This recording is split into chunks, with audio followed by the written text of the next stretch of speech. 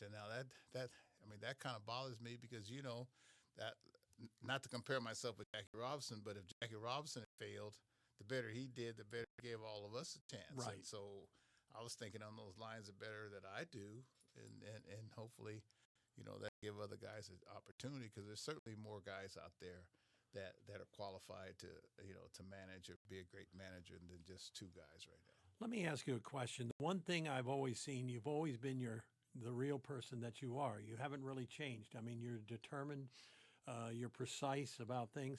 But you never gave in to the movement of managing baseball by the numbers and by Mm-hmm. the reports and everything. You had a gut feel, and that was against the form for a period of time. How did you do that? How did you maintain that belief? Well, um, most people don't understand that I had I used a combination of things. You know, people just saw me, on my gut feel and this and that, my experience, but they didn't see how much homework that I did, but between the lines and early in the game. From the moment I got in, to be the manager, I was always showing up 2 or 3 hours later, and I always have a cheat sheet, which I had learned from Bill Walsh as well. Uh, um, and I had things on my mind like I would use like first batter efficiency or when guys are most likely to throw a breaking ball, so therefore you would steal. I had like fly ball to ground ball ratio. Like, and I never forget the one time I had Todd Benzinger. He was like 0 for 8 off this guy, and I pinch hit him, and the media asked me afterwards, man, why'd you pinch him? He was 0 for 8. Well, he had 8 fly balls off this guy, and I had a runner on third, and so I put Benzinger in there. He wins the game with the fly ball. But see, if you don't know, if you don't do your homework and study, you're not going to know these things. And so, most of the time, I didn't want people to know how much I was studying or people to know what I knew because then I could be underestimated and then I end up beating you at the end. Let me ask you about the 10 years with the Giants. You were the manager of the Giants when Barry Bonds set the single season home run record in 2001. But what I want to ask you about Barry Bonds is that great talent, no doubt about that, Mm-hmm. but his personality could be stickly. I mean, he had the locker room with an extra locker on one side and an Mm-hmm. extra locker, and I think he had the lounge chair there and everything else. But what I was impressed with, you didn't react to that. Mm-hmm. And I'm just wondering how you approached him, knowing what he was as a talent and what he was like as a person. Well, number one, I knew him for the day he was born. Number two, I've been around stars all my life, and I was a star for a moment there. And the stars, you don't ride them. I mean, they're like stallions, and the more the more you try to ride them, the more they're gonna rebel, and the less you try to ride them, then the more they'll probably just acquiesce, to what's going on. But the thing about Barry is that, I mean, this guy not only a tremendous talent, he was smart. Barry Bonds is one of the smartest players I've been around. Like I said, he compares, to Hank Aaron as far as intellect, as far as his concentration level, vision. He would see things that no other player, would see. And they talk about Barry in his lounge chair. Well, guess what? Now they got sleep rooms. So maybe Barry was ahead. Where we're getting on Barry for sleeping, and maybe Barry was ahead of his time. They have, I mean, designated sleep rooms that where guys go. Man, we say they had a sleep room. I could have been out all night and then we can go take a little nap.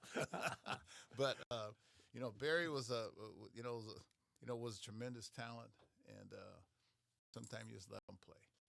I want to ask you about something. This statement about you: you're curious, inquisitive, you're a thinker whose deep interest in the worlds of music, wine, and the simpler joys of life charts a journey of success, struggle, faith, and perseverance. Where'd you read that? I found it. That's pretty, yeah. I mean, in all I guess that kind of describes me. in all the years I've known, the conversations with you have been not just about baseball. There's been about other things. And you have such a varied interest. You're also a guy that loves to fish. What you know, but that Well, you know, fishing is like more like baseball than anything to me, because like I've been fishing since I was a kid with my dad, and you know, you may not have a bite all day, and all of a sudden the one time you go to sleep, boom, you get a bite, or just like you might not have got a pitch over and that's why I admire Barry Bonds and Hank and these greats, because they get one pitch a day, you know, guys running from them, and then they can be lulled to sleep. Well, if you're fishing, you can't be lulled to sleep, or else you're gonna miss that fish. And so that's why I mean by it reminds me of baseball. yeah. I sense that you feel complete with your career. I mean, is there anything that you didn't do in playing or managing that you would have liked to have done? Yeah, I would have liked to win more championships. To tell you the truth, I was close a number of times, and I would have liked to, which I still might. I would have liked to won the WBC for the, you know, for the Nicaragua? for the country of Nicaragua. Yeah. And yesterday I was coming back from LA, and there's a lady I had my Nicaraguan hat on, and she thanked me and wanted to picture, and she says, and I, you know, we didn't win a game, and we were close to winning that one game, but she says, Dusty, thank you so much. And I'm like, what did I do? She goes, you gave us hope.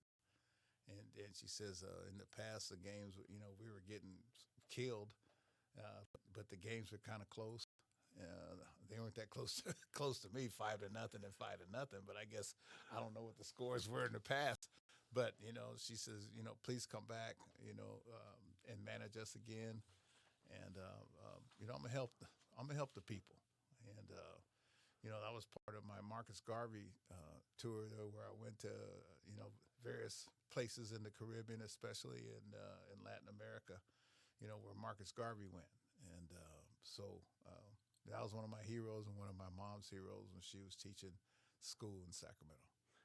Well, I want to thank you for your kindness to me over the years, our friendship, and our conversations. And this has just been another wonderful one. I urge everybody, please read this book. You'll get a lot more of this with Dusty Rhodes, Crossroads, a memoir in baseball and life. And we continue across the country and around the world. Good to have you with us on Sports Byline. Right. You know, I can't thank you enough. Yeah. I will tell you one thing about the general manager situation. Bill wanted to have somebody that